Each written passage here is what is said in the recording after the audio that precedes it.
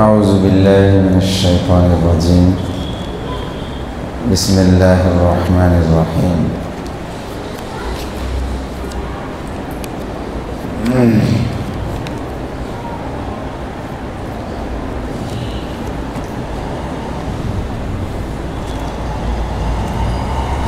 انا اعطیناک الکوثر فصل لربک وانحر ان شانئک هو الابتر۔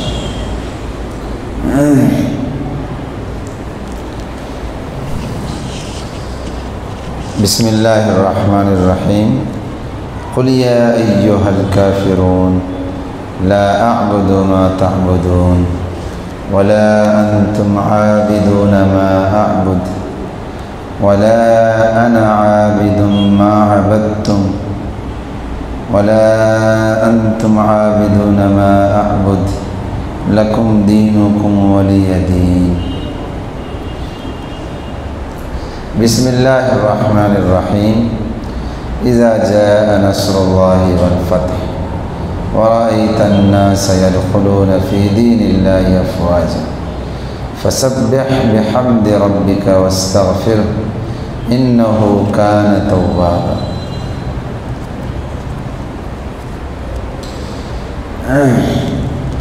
سب سے پہلے سورہ کوثر پڑھی گئی ہے۔ اس انا اعطینا لوگوں کو نماز میں قرآن پڑھنا فرض ہے۔ کھڑے ہو کر جو نماز میں کچھ پڑھا جاتا ہے وہ قرآن میں سے پڑھا جاتا ہے۔ اگر وہ نہیں پڑھا جائے گا اکیلے نماز پڑھنے میں تو نماز نہیں ہوگی۔ فرض نماز امام کے پیچھے پڑھ رہے ہیں تو امام پڑھتے ہیں تو امام کے پڑھنے سے مقتدی کا پڑھنا بھی ہو جاتا ہے۔ لیکن اگر اکیلے نماز پڑھیں گے تو پھر ضروری ہے قرآن پڑھنا۔ تو آج کل جن کو دین اور دین کا علم سیکھنے کا موقع نہیں ملا وہ بعد میں نماز پڑھنا سیکھتے ہیں تو یہ چھوٹی چھوٹی صورتیں یاد کر لیتے ہیں قرآن میں پڑھنے کے لیے۔ تو یہ سب سے پہلی سورہ پڑھی گئی ہے۔ اس سورہ کا نام ہے سورہ کوثر۔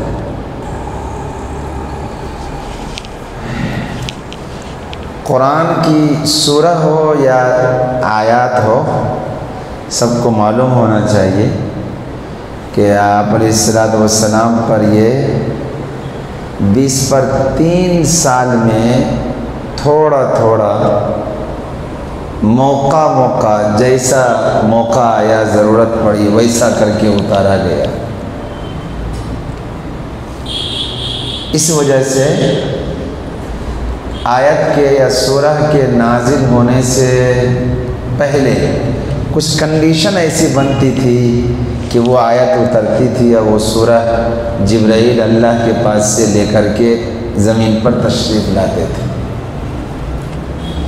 وہ جو آیت کے نازل ہونے سے پہلے کچھ بیک گراؤنڈ ہوتا تھا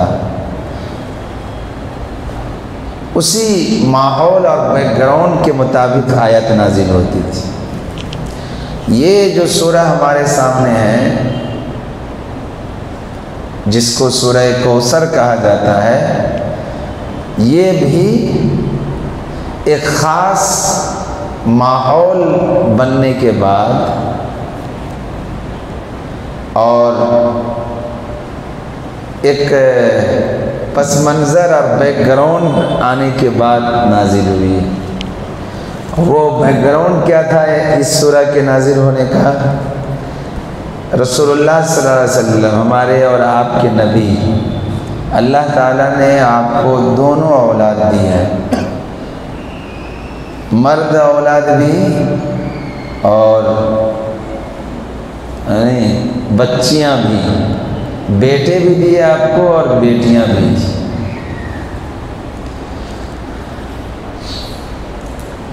بیٹے پیدا ہونے کے چند ہی سال بعد انتقال کر گئے، زندہ نہیں رہے۔ جیسے روایتوں میں آتا ہے کہ آپ کا ایک بیٹا، بڑا بیٹا، ان کا نام تھا قاسم، ان کا انتقال ہو گیا۔ بعض روایت میں آتا ہے آپ کے ایک بیٹے تھے ابراہیم، ان کا انتقال ہوا۔ تو جو دشمن تھے، مخالف تھے، انہوں نے آپ کو طعنہ دیا آپ کے بارے میں اس ٹائم میں، جب کہ آپ کے بیٹے پیدا ہوئے اور چند ہی مختصر وقت کے بعد انتقال ہو گیا، تو طعنہ دیا گیا۔ ایک روایت میں آتا ہے کہ ایک مشرک آدمی تھا، مکہ کا رہنے والا، اس کا نام تھا عاص نام تھا اس کا۔ اس کے پاس رسول اللہ صلی اللہ علیہ وسلم کا ذکر آیا تو اس نے کہا تم لوگ ان کی بات مت کرو، ان سے گھبرانے کی ضرورت نہیں ہے۔ دیکھ رہے ہو ان کے گھر میں بیٹے پیدا ہوتے ہیں اور وہ زندہ نہیں رہتے ہیں، تو ان کا معاملہ ان کی زندگی تک ہے۔ جیسے ہی یہ دنیا سے جائیں گے تو ان کا سارا دین اور سارا کچھ ختم ہو جائے گا، ان کا کوئی ذکر کرنے والا، ان کا نام لینے والا نہیں ہوگا، اچھا نام لینے والا کوئی نہیں ہوگا۔ لہذا ان کا زیادہ ٹینشن نہ لو، فکر نہ کرو، ان کو ان کے حال پر چھوڑ دو۔ یہ جائیں گے تو ان کے ساتھ ساتھ ان کا سارا کام بھی دنیا سے ختم ہو جائے گا۔ تو ایسے آدمی کو جس کے بعد اس کی اولاد نہ رہے، اولاد زندہ نہ رہے، یا اس کا کوئی اچھا نام لینے والا نہ رہے، تو اس کو یہ کہتے ہیں ابتر، عربی میں کہا جاتا تھا اس کو ابتر، یعنی ابتر ایسا آدمی جس کے بعد اس کی نسل نہ چلے یا اس کا کوئی اچھا سے ڈھنگ سے نام لینے والا نہ رہے۔ اولاد ہی تو اپنے گزرے ہوئے بزرگ اور باپ دادا کا نام لیتی ہے، تو اولاد نہ رہے تب بھی ابتر، اور کوئی نام لینے والا نہ رہے اچھی طرح، وہ بھی ابتر۔ تو اس نے رسول اللہ صلی اللہ علیہ وسلم کو ابتر کہا تھا، ابتر۔ تو بعض روایت میں آیا ہے کہ یہ ابتر کہنے والا عاص نام کا آدمی تھا۔ ایک روایت میں آیا ہے کہ وہ کعب نام کا تھا، کعب بن اشرف، یہ یہودی تھا اور وہ عاص مشرک تھا۔ کسی میں آیا عقبہ، یہ آیت نازل ہوئی، جس سے ظاہر ہے کہ آپ علیہ الصلوۃ والسلام کو تکلیف پہنچی ہوگی، تو اللہ تعالیٰ نے یہ چھوٹی سی سورہ نازل فرمائی، جس میں بہت زیادہ آپ کے لیے دنیا اور آخرت میں اللہ کی نعمتوں کا بیان ہے، اور جس سے آپ علیہ الصلوۃ والسلام کا غم ہلکا ہو جاتا ہے، فکر اور آپ کی تکلیف دور ہو جاتی ہے۔ یہ آیت نازل ہوئی، دیکھیں اِنَّا أَعْطَيْنَاكَ الْكَوْثَرَ، ہم نے آپ کو کوثر عطا کیا ہے۔ کوثر، کوثر کیا ہے؟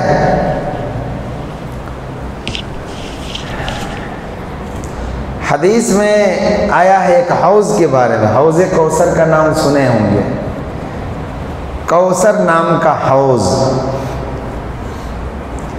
پانی جس میں ہوتا ہے، حوض۔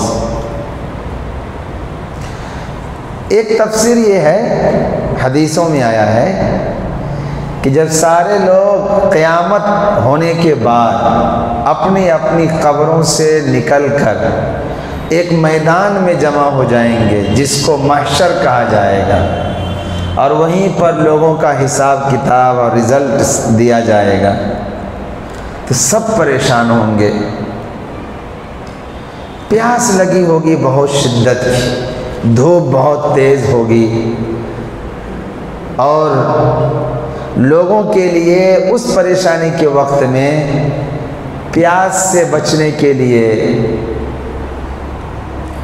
کوئی سامان نہیں ہوگا، تو اللہ تعالیٰ نیک لوگوں کے لیے اور رسول اللہ صلی اللہ علیہ وسلم کے امت کے ان افراد کے لیے جو لائق ہوں گے کہ نبی کے ہاتھوں سے کچھ پی کر کے پیاس بجھائیں، ان کے لیے ایک حوض کا انتظام کریں گے۔ یہ حوض کیا ہوگا؟ جنت ہوگی، جنت۔ جنت جو ہے نا اوپر ہوگی، جنت محشر جو میدان بنے گا وہ تو نیچے رہے گا، یہ جو زمین ہے یہ بدل دی جائے گی، اس کی شکل بدل جائے گی۔ زمین تو ابھی ہمارے یہاں گیند کے مانند ایک سیارہ ہے جو اللہ کی طاقت کے سہارے قائم ہے۔ زمین ایک گیند جیسی چیز ہے جو اللہ کی طاقت اور قدرت کے بل پر قائم ہے۔ چاروں جانب آبادی ہے اس زمین پر، تو اس زمین کو اللہ تعالیٰ توڑ پھوڑ دیں گے، شکل اس کی ہو جائے گی ایک میدان جیسی، وہاں پر جمع ہوں گے، پھر وہاں سے حساب کتاب ہوگا تو جنت میں لوگوں کو پہنچایا جائے گا اوپر کی طرف۔ تو جنت بہت اوپر ہوگی۔ جنت میں ایک پانی کا نہر ہے، جنت میں 4 نہر ہے۔ دودھ کی نہر ہے، شہد کی نہر ہے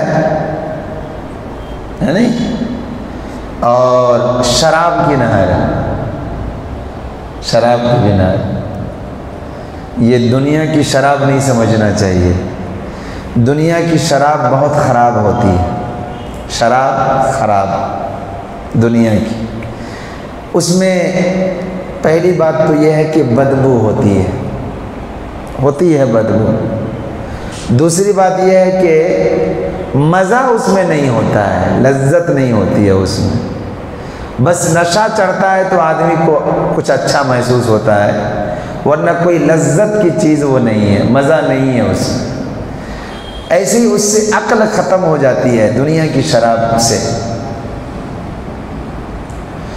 اور بھی بہت ساری جسمانی بیماریاں دنیا کی شراب کی وجہ سے پیدا ہوتی ہیں۔ جنت میں اللہ تعالیٰ جنتیوں کے لیے شراب کا بھی انتظام رکھیں گے اور شراب کی بھی نہر ہوگی، لیکن وہ شراب مزیدار ہوگی، اس سے نہ سر میں درد ہوگا، نہ عقل ختم ہوگی، اور نہ کوئی اور پریشانی اس سے پیدا ہوگی۔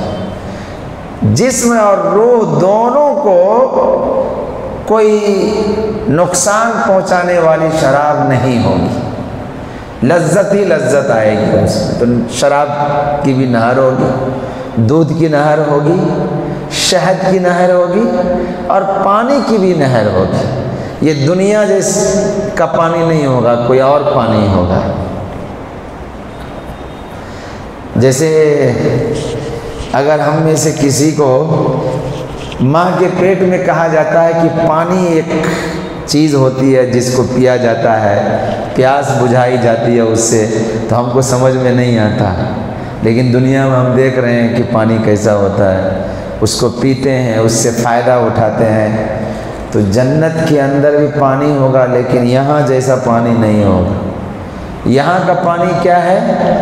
یہاں کا پانی بگڑ جاتا ہے، خراب ہو جاتا ہے، زیادہ دن آپ کسی بھی پانی کو رکھ دیجئے تو خراب ہو جائے گا، اس کا رنگ بدل جائے گا، مزہ خراب ہو جائے گا، ہے نا۔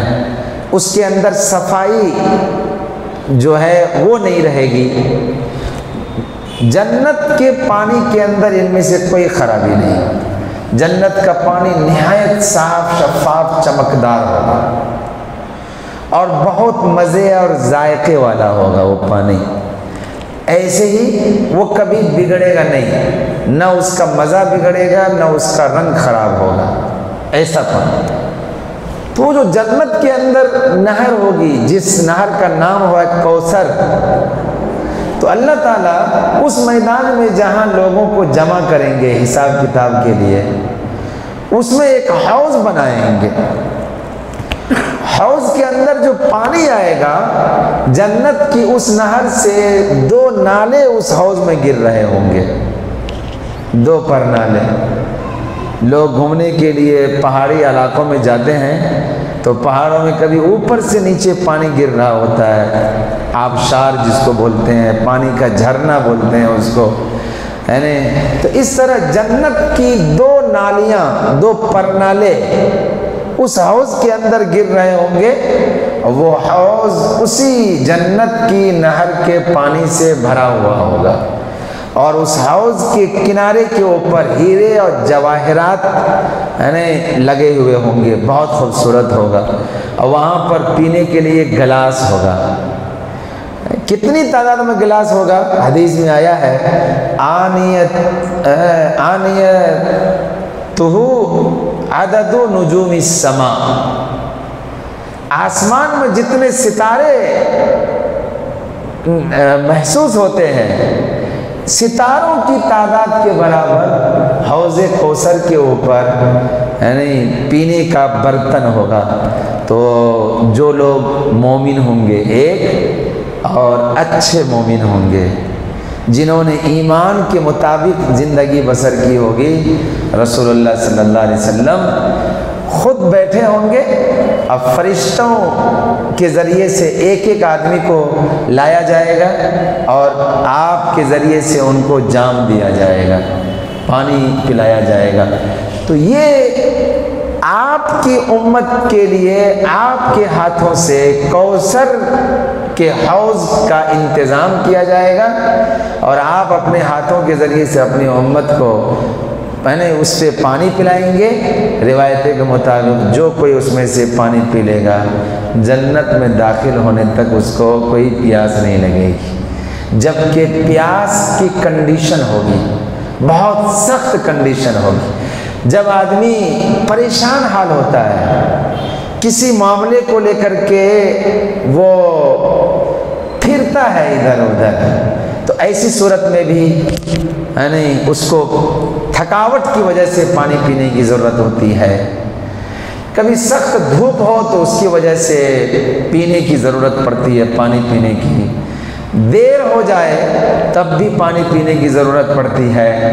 تو بہت لمبا وقت ہوگا پھر بھی اس حوض کے پانی کا اثر یہ ہوگا کہ آدمی سارے اپنے مسائل اور حساب کتاب کو پورا کر لے گا، اور پل صراط وغیرہ کو پار کر جائے گا، جنت میں جائے گا، اس وقت تک اس کو کوئی پیاس نہیں لگے گی۔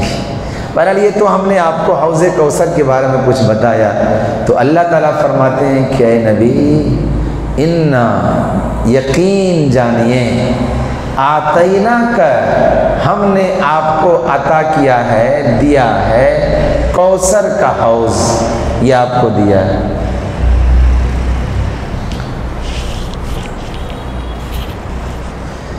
اس سے آپ علیہ الصلوۃ والسلام کو خوشی ہوگی۔ کیوں خوشی ہوگی؟ آپ کو جب یہ معلوم ہوگا کہ اللہ تعالیٰ کی یہ نعمت، اللہ کا یہ انعام مجھے آخرت کے اندر ملے گا، اور میں اپنی امتیوں کے لیے اس حوض کے ذریعے سے راحت کا انتظام کروں گا، ان کی دکھ اور تکلیف اور پریشانی دور ہوگی۔ تو جس طرح ایک اولاد کو آرام ملتا ہے تو باپ کے دل کو ٹھنڈک پہنچتی ہے، تو ایسے ہی جب امت کے لیے میدان محشر میں ایک نعمت کا انتظام کیا گیا اللہ کی جانب سے، تو رسول اللہ صلی اللہ علیہ وسلم کو بھی دلی طور پر خوشی حاصل ہوئی، اور آپ کو بھی اس خبر سے بشارت ملی، اور آپ کا جی اور آپ کی طبیعت خوش ہوئی۔ ایک روایت میں یہ بھی آتا ہے کہ کوثر کا مطلب اس سے زیادہ بڑا ہے۔ کوثر کا مطلب ہے کہ آپ کو اللہ تعالیٰ نے ہر قسم کی بھلائی دی، دنیا کی بھی اور آخرت کی بھی۔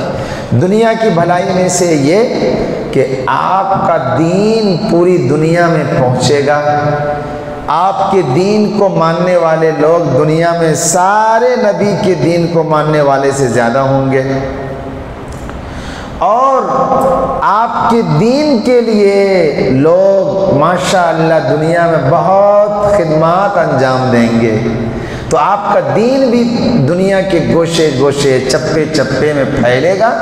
یہ تو دنیا میں ہوگا، اور آخرت میں اللہ تعالیٰ آپ کو آپ کے دین سے جڑے ہوئے امتیوں کو اونچی اونچی جنتیں عطا کریں گے۔ تو یہ دنیا اور آخرت دونوں کی بھلائی، جس کو کہتے ہیں خیر کثیر، بہت ساری بھلائی اللہ نے آپ کو یہ دیا ہے۔ اس میں حوض کوثر بھی ہے، حوض کوثر بھی اس معنی میں داخل ہو جائے گا۔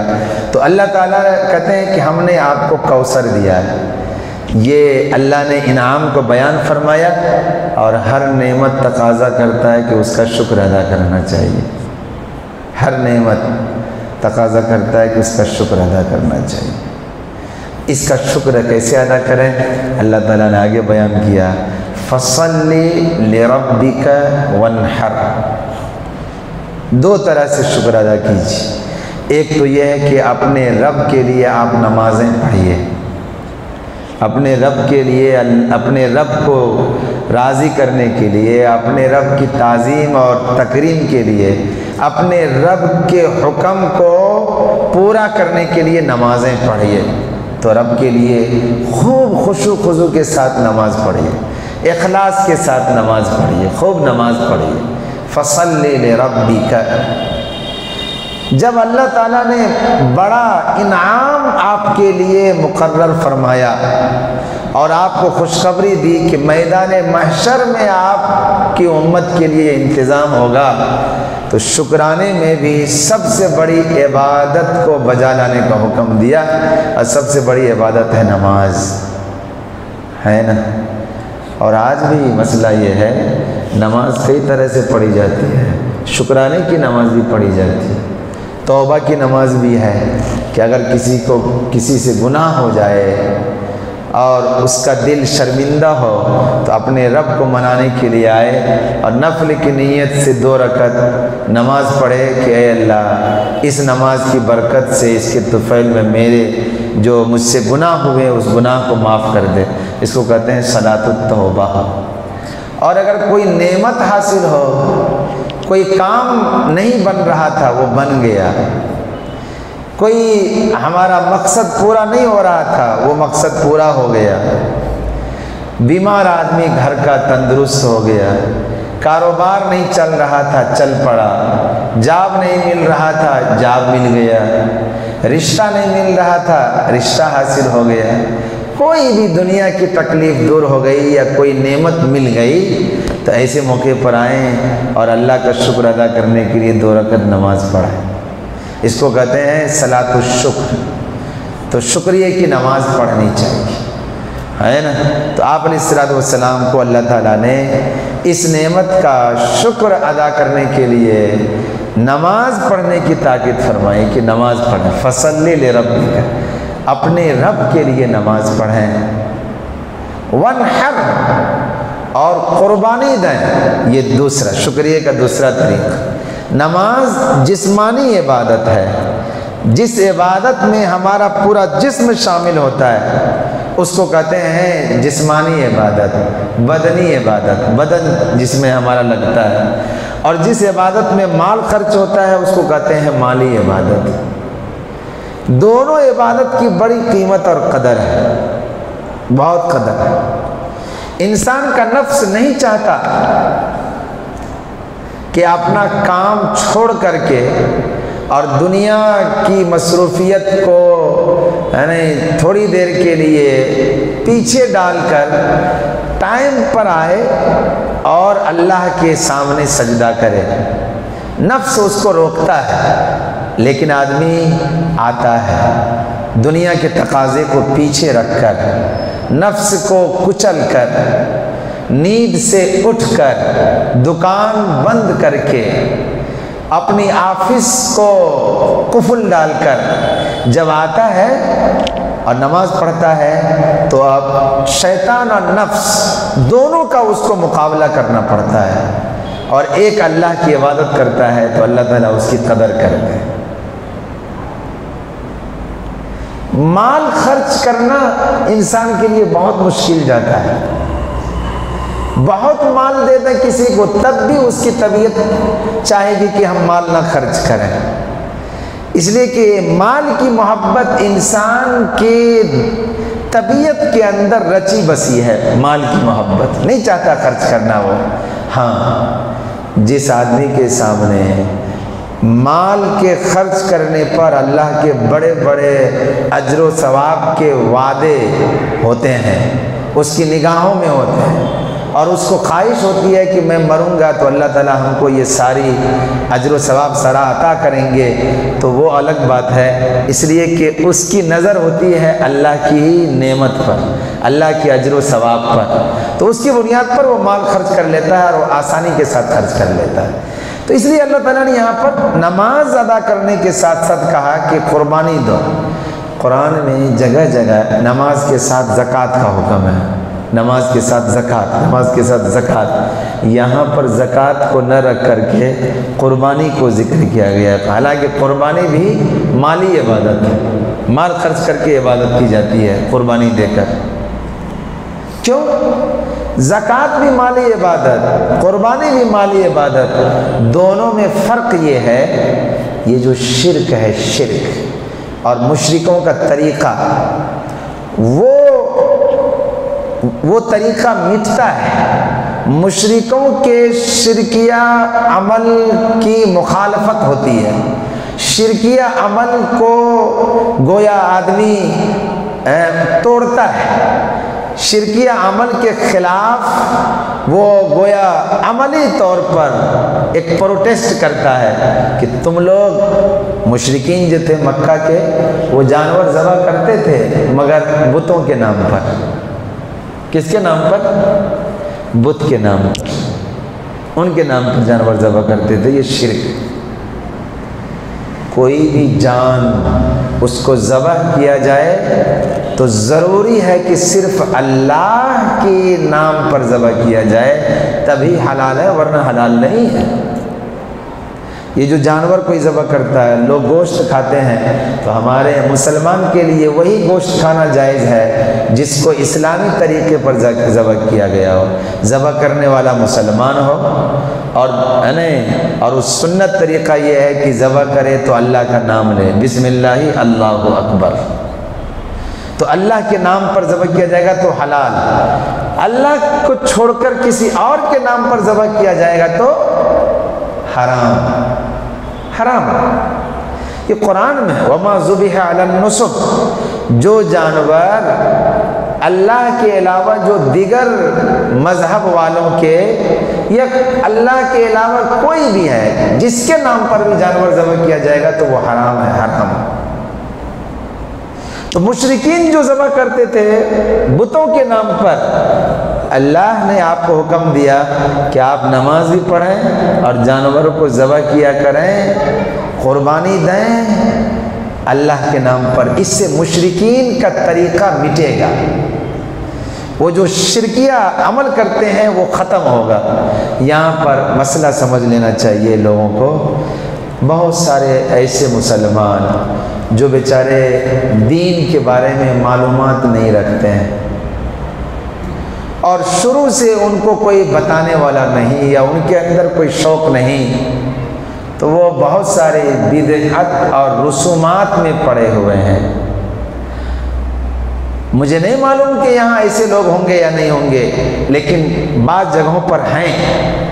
وہ لوگ کسی پیر کے نام پر جانور ذبح کرتے ہیں، درگاہ کے نام پر ذبح کرتے ہیں، درگاہ کے نام پر ذبح کرتے ہیں اور اپنی اولاد کے لیے، اپنے کاروبار کے لیے، گھر کے خیر و برکت کے لیے درگاہوں کے اوپر جاتے ہیں اور وہاں مطالبہ ہوتا ہے، یعنی مرغا لے جائیں گے، خسی اور بکرا لے جائیں گے، یہ سب ذبح کرواتے ہیں. یہ عمل بھی ناجائز اور حرام. اور ان پیروں اور درگاہ کے اندر موجود مردوں کے نام پر جو جانور ذبح کیا جائے گا اس کا گوشت کھانا بھی حرام، وہ حلال نہیں. تو اللہ کے نام پر ذبح کرنا ضروری ہے۔ اس سے یہ غیر اللہ کو چھوڑ کر کسی اور کے نام پر جانور جو ذبح ہوگا، یہ مشرکوں کا طریقہ ہے، مومن کا طریقہ نہیں ہے۔ اور ہم لوگ الحمدللہ مومن ہیں، نعمت اسلام سے مالا مال لوگ ہیں۔ تو جنہیں اللہ تعالیٰ نے اسلام کی دولت دی ہو، وہ کسی اور در کے اوپر جائے، کسی اور در کے اوپر سر جھکائے، کسی اور در سے مانگے، یہ اس کی دینی غیرت کے خلاف ہے اور ایمانی تقاضے کے بھی خلاف ہے۔ تو آپ کو کہا گیا آپ نماز پڑھیں اور قربانی دیں، ہو گئی بات۔ اب یاد کیجئے اس مضمون کو جو میں نے شروع میں بتایا تھا کہ آپ کے بیٹے کے انتقال کی وجہ سے لوگوں نے تانا دیا تھا کہ آپ کی نسل آگے نہیں چلے گی۔ تو اللہ تعالیٰ اس کے بارے میں فرماتے ہیں اِنَّ شَانِئَكَ هُوَ الْأَبْتَرُ، شانئون کہتے ہیں عیب لگانے والے کو، آپ کی برائی کرنے والے کو، آپ کے اوپر عیب کا الزام لگانے والا۔ تو ان شانئک، آپ پر عیب لگانے والا ہی وہ ایسا ہے کہ اس کی نسل آگے نہیں چلے گی اور اس کا کوئی اچھا نام لینے والا نہیں ہوگا۔ آپ کو فکر کرنے کی ضرورت نہیں ہے۔ جو لوگ آپ کے اوپر الزام لگاتے ہیں، جو آپ کے دین کے راستے میں رکاوٹیں کھڑی کرتے ہیں، جو یہ خواہش لیے ہوئے پڑے ہوئے ہیں کہ آپ کے بعد آپ کا دین مٹ جائے گا، آپ کے بعد آپ کے دین کو سنبھالنے والا کوئی نہیں ہوگا، ہوتا کیا ہے؟ ہم دیکھتے ہیں نا دنیا میں سیاسی پارٹی جو پولیٹیکل پارٹیاں ہوتی ہیں، تو کوئی بناتا ہے پارٹی تو اپنے بعد اپنے بیٹے کو اس کا ذمہ دار ہیڈ بنا دے گا، وہ اس کے بعد اس کی پارٹی کو آگے بڑھاتا ہے۔ دنیا کا کوئی بھی بڑا کام ہوتا ہے تو لوگ اپنے بعد اپنے بیٹے کو سیٹ کرتے ہیں، تو لوگوں کو محسوس ہوتا ہے کہ فلاں کے بعد فلاں کے کام کو آگے بڑھانے والا فلاں کا بیٹا ہوگا۔ تو جب آپ کے بیٹے زندہ نہیں رہے تو الزام دیا گیا کہ آپ کا بیٹا نہیں رہا، اس کا مطلب آپ کے بعد آپ کا دین نہیں چلے گا، آگے نہیں بڑھے گا دین، یہ ختم ہو جائے گا، آپ کا ذکر کرنے والا، آپ کا نام لینے والا، آپ کی یاد کو زندہ رکھنے والا نہیں رہے گا کوئی۔ اللہ نے بتایا کہ نہیں، جو ایسا کہہ رہے ہیں ان کا نام لینے والا کوئی نہیں ہوگا، ان کا ذکر کرنے والا کوئی نہیں ہوگا، ان کی یاد دنیا میں باقی نہیں رہے گی، اور آپ کی یاد تو بہت زندہ رہے گی۔ قرآن میں جگہ جگہ وَرَفَعْنَا لَكَ ذِكْرَكَ، نبی ہم نے آپ کا تذکرہ بلند کر دیا ہے، آپ کا ذکر خوب ہوگا۔ اب آئیں،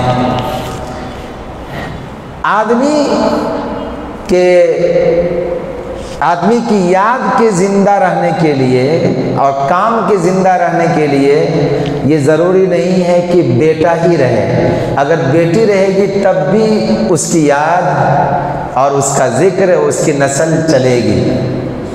تو آپ کے بیٹے اگرچہ زندہ نہیں رہے، اللہ کی مصلحت اس میں۔ کتنے سارے مسلمان لوگ ہیں جنہیں اللہ کی جانب سے اولاد ہی نہیں ملتی، کچھ کو اولاد ملتی ہے مگر بیٹے نہیں ملتے ہیں، تو ان کے لیے نبی کی زندگی میں کتنا صبر کا سامان ہے، کتنا صبر آئے گا اس کو۔ بھئی ہماری بات نہیں ہے، ہمارے اندر کوئی عیب کی بات یہ نہیں ہے، ہمارے جو نبی تھے، جو رسول تھے، اللہ نے ان کو بھی اولاد نرینہ یعنی بیٹے نہیں دیے مگر بچپن میں ہی انتقال ہو گیا۔ یہ بیٹا نہ ہونا کوئی عیب کی بات نہیں، ان کو تسلی ہوگی، ان کو صبر آئے گا اور ان کا دکھ درد ختم ہو جائے گا۔ تو ایک فائدہ تو اس میں یہ ہے۔ تو دوسری بات یہ ہے کہ اللہ تعالیٰ نے آپ کو بیٹیاں عطا فرمائی اور بیٹیوں سے ماشاءاللہ اولاد کا سلسلہ جاری رہا، خاص طور پر حضرت فاطمہ جو رسول اللہ صلی اللہ علیہ وسلم کی سب سے چھوٹی بیٹی تھی، ان سے آپ نسل چلی ہے، اور رسول اللہ صلی اللہ علیہ وسلم کی اولاد جو ہیں وہی اصل میں سید ہیں۔ اور دنیا کے اندر یہ برادری ہم نہیں بات کرتے ہیں، دنیا کے اندر بڑی تعداد میں ماشاءاللہ ایسے لوگ ہیں جن کا نسب نامہ آج بھی موجود ہے، جن کے پاس ریکارڈ ہے نہیں کہ رسول اللہ صلی اللہ علیہ وسلم کی بیٹی حضرت فاطمہ تک ان کا نسب چلتا ہے کہ وہ ان کے بڑے کون تھے، ان کے خاندانی بزرگ کون تھے، اس طرح آگے تک فلاں کے باپ، ان کے باپ، پھر ان کے باپ، اس طرح نسل چلتا ہے۔ تو یہ بھی آپ کا جاری رہا، یہ تو ہو گیا یعنی یہ خونی رشتہ، یہ خون کی نسل ہو گئی، خونی اولاد۔ اس کے علاوہ روحانی اولاد ہوتی ہے۔ نبی جو ہوتے ہیں وہ امت کی روحانی باپ ہوتے ہیں، اور ساری امت نبی کی روحانی اولاد ہوتی ہے۔ اور روحانی اولاد کتنی ہے ماشاءاللہ۔ تو نبی کا ذکر، نبی کی یاد، نبی کا تذکرہ کم ہوا؟ نہیں کم ہوا۔ کتنا زیادہ بلند ہوا؟ ذرا دیکھیں کہ حدیث شریف میں آیا ہے کہ کل قیامت کے دن سارے نبیوں سے زیادہ متبعین، سارے نبیوں کی متبعین سے زیادہ متبعین، یعنی ان کے دین کو ماننے والے رسول اللہ صلی اللہ علیہ وسلم کے متبعین ہوں گے، نبی علیہ السلام کی امتیں ہوں گی، سب سے بڑی تعداد میں۔ اچھا، اس کے علاوہ دیکھیں آپ، ہر آبادی میں ماشاءاللہ مسلمان نظر آئے گا، ہر ملک کے اندر، ہر شہر میں مسلمان ہو، اور جہاں مسلمان ہوگا وہاں مسجد ہوگی، اور جہاں مسجد ہوگی وہاں اذان دی جاتی ہے، اور جہاں جہاں اذان ہوتی ہے ہر جگہ کہا جاتا ہے اشہد ان محمد رسول اللہ۔ تو محمد صلی اللہ علیہ وسلم کا ذکر دنیا کے چپے چپے میں آج تک ہو رہا ہے۔ اور اگر دیکھیں ماشاءاللہ محمد صلی اللہ علیہ وسلم کی امت کا ایک تعلق دیکھیں کہ لوگ اپنے ناموں کے ساتھ نبی کا نام جوڑ کر کے رکھتے ہیں، محمد فلاں، محمد فلاں۔ اب بعض لوگوں کا نام ہی صرف ہوتا ہے محمد، کسی کا نام ہوتا ہے احمد۔ تو یہ نبی کے نام پر امت نے اپنے بچوں کا نام رکھا، تو نبی کا نام کتنا زندہ ہے۔ دنیا میں آج اگر گزرے ہوئے لوگوں کے، بلکہ جو نام سب سے زیادہ چالو ہے تو محمد اور احمد نام سب سے زیادہ دنیا میں آج بھی رائج ہے۔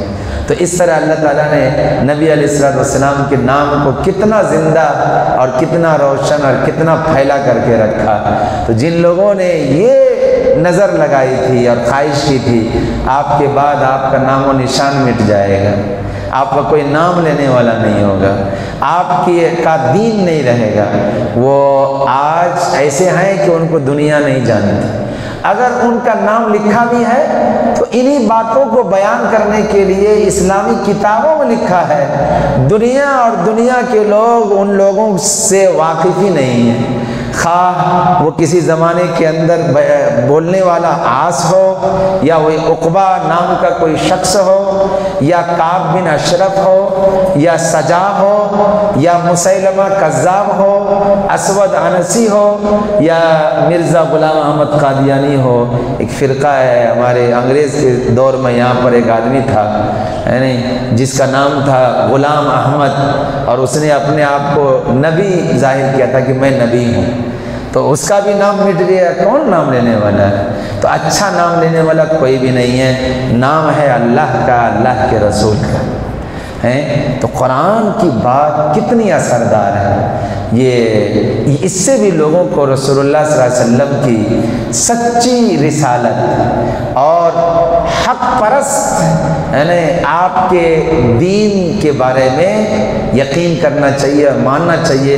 قرآن نے جو کہہ دیا وہ ماشاءاللہ آج بھی پہلے کی طرح قائم ہے، اور اس کی حقیقت دنیا کے اندر ہماری نظروں کے سامنے یعنی دکھتی ہے، اور ہر کوئی اس کو دیکھ کر کے اپنے ایمان کو مضبوط کر سکتا ہے۔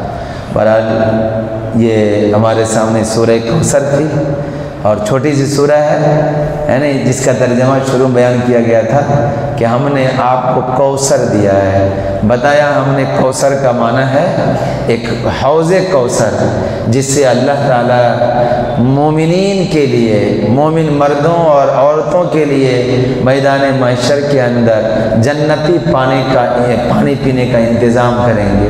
اس کا ذمہ دار اور وہ جن کے واسطے سے ملے گا، جن کے طفیل میں ملے گا، وہ محمد الرسول اللہ صلی اللہ علیہ وسلم ہمارے آپ کے نبی ہوں گے۔ تو یہ بیان کیا گیا ہے، ساتھ ساتھ اس پر کہا گیا ہے کہ جب آپ کو نعمت ملے تو شکر ادا کیجئے۔ شکر کسی طرح بھی ادا کر سکتے ہیں، نماز پڑھ کر کے بھی، قربانی دے کر کے بھی، ہمیں بھی اس طریقے سے کر سکتے ہیں۔ ہم بھی مال خرچ کر کے بھی اللہ کی نعمت کا شکریہ ادا کر سکتے ہیں۔ جس کے پاس مال نہیں ہے یا ہے پھر بھی وہ نماز پڑھنا چاہے تو نماز کے ذریعے سے شکر ادا کر سکتا ہے۔ اور چوتھی آیت میں اور بلکہ تیسری آیت میں یہ ہم لوگوں کو مضمون ملا، سبق ملا، نبی علیہ الصلوۃ والسلام کا دین کتنا برحق اور سچا ہے۔ آپ کے اوپر اترنے والی بات کتنی حقیقت، اٹل حقیقت اور سچی حقیقت، کہ آج تک دنیا نے اس کو غلط ثابت نہیں کیا۔ نبی کا نام گلی گلی، کوچے کوچے، شہر شہر میں زندہ ہے، اور مخالفین مٹ گئے، ان کو کوئی جاننے والا اور ان کا نام سے واقف کوئی شخص نہیں ہے۔ تب بھی ہمیں اپنے نبی کی دین اور اپنے نبی کی سنت اور طریقے کی طرف واپس لوٹنا چاہیے۔ اللہ تعالی ہمیں دین پر ہمارے ایمان کو اور ہمارے بھروسے کو مضبوط